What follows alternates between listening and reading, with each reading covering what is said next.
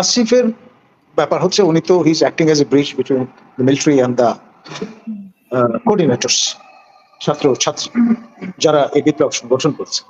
এখন তাকে যদি বিতর্কিত করা যায়, তাকে যদি তার ইমেজ টার্নিশ করার একটা জায়গায় নিয়ে যাওয়া যায়, তাহলে এই ঘোলা পানিতে অনেকে নানান রকম মাছ শিকার করবেন।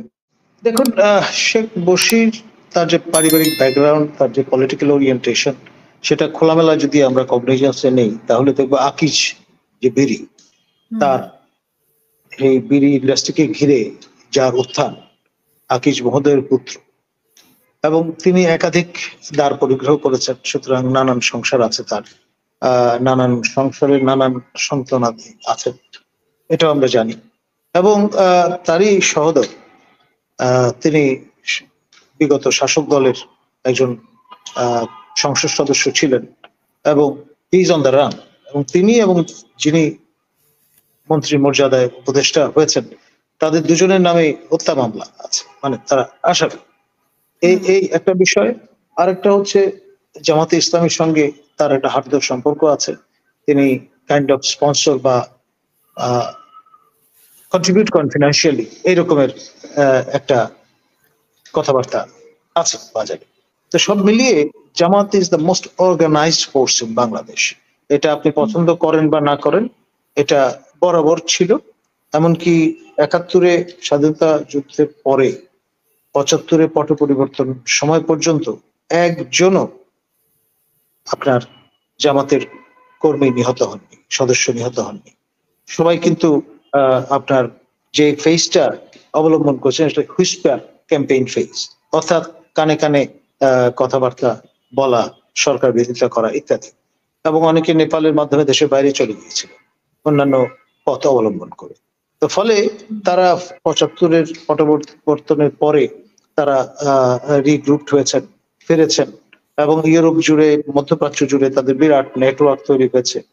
পরবর্তীতে আপনার এই শেখ হাসিনার শাসনামলে তখন তারা কিন্তু কনসলিডেট করেছেন নিজেদের, তাদের বিরাট সংখ্যক প্রফেশনালস, তারা ব্রিটেনের মতো জায়গায় পড়তে গেছেন, অনেকে ব্যারিস্টার হয়েছেন, ফিরেছেন, এবং তাদের মধ্য থেকে আবার আরেক দল লোক মিলে এবি পার্টি গঠন করেছেন, এবং তারা যথেষ্ট আপরাইট, কথাবার্তায় যথেষ্ট বাকপটু। ফলে ওই যে রাস্টিক শ্যাবি পার্সোনালিটি, এটা বলার কোনো সুযোগ নেই। ব্যারিস্টার ফুয়াদ, তার সঙ্গে আপনি কথায় কুলবেন না, এরকমের একজন ব্রিটিশ অ্যাকসেন্টে কথা বলা মানুষ। আবার মঞ্জু সাহেব কিংবা সোলাইমান চৌধুরী, চিন্তা ভাবনা হচ্ছে যে তিনি হয়তো ইন্ডাক্টেড হতে পারেন আইদার উপদেষ্টা হিসেবে মন্ত্রী মর্যাদায় ক্যাবিনেটে, অথবা দুদকের চেয়ারম্যান হওয়ার কথাবার্তাও শোনা যায়।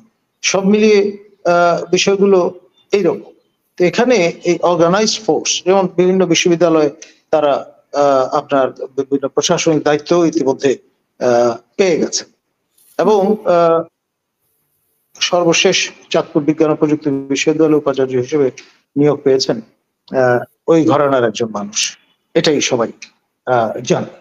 তো ফলে আপনার সর্বত্র তাদের পজিশন কনসলিডেটেড হয়েছে। আর যারা বিএনপির সঙ্গে, বিএনপি ধারায় যুক্ত, তাদের অনেকেই বৈষম্যের শিকার ছিলেন এবং পদবঞ্চিত ছিলেন। তারা অনেকেই অবসরপ্রাপ্ত অবস্থা থেকে পুনরায় চুক্তি ভিত্তিতে আপনার বিভিন্ন প্রশাসনিক পদে নিযুক্ত হয়েছেন। সব মিলিয়ে আপনার যা কিছু বঞ্চনা, যা কিছু বৈষম্য তাদের মোকাবেলা করতে হয়েছে, সেই বিষয়টাই হয়েছে এখন তাদের জন্য ক্যাপিটাল, এবং এই ক্যাপিটাল কাজে লাগিয়ে অনেকেই পুনর্বাসিত হয়েছেন, এবং তারা ন্যাচারালি, আর যাই হোক, সেদিক থেকে শেখ বশির টিকে গেলেন। মানে শেখ বশিরের ব্যাপারে যে আপত্তি ছিল, মানে আপনি যদি আপনার এই ঘরানার যে মেইন স্ট্রিম প্রিন্ট আউটলেট, যেমন নয়া দিগন্ত, যেই পরিমাণ কাভারেজ তাকে প্রদান করেছে, সেটা অন্য কোনো, ধরেন আওয়ামী লীগের পত্রিকা যদি হতো, আওয়ামী লীগও এই বুদ্ধিমত্তার পরিচয় দিতে পারত কিনা, এসব ব্যাপারে আমার পিঞ্চ অফ সল্ট কথা বলতে হবে।